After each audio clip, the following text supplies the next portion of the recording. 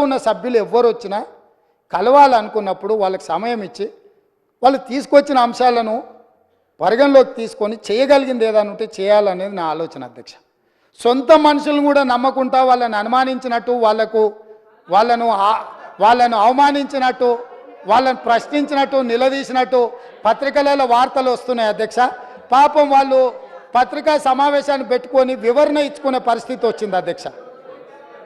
అట్లా అనుమానించకండి, మేము మీలాక కాదు, మేము మీలాక బురద జల్లము. ముఖ్యమంత్రి గారు నన్నెవరైనా ఎమ్మెల్యేలు గెలవడానికి వస్తే మీ పార్టీ నాయకత్వానికి నమ్మకం లేదు, వాళ్ళతోని మీరు ప్రెస్ మీట్లు పెట్టించారన్నారు. నమ్మకం లేని మా నాయకత్వానికి కాదు అధ్యక్ష, మీ అధిష్టానానికి నమ్మకం లేదు. మీరు ప్రధానమంత్రి గారిని కలవడానికి వెళ్తే మీ వెంట ఉప ముఖ్యమంత్రి గారు పంపించిన చరిత్ర మీ పార్టీది. అదొక్కసారి మీరు గుర్తుపెట్టుకుంటే మంచిది.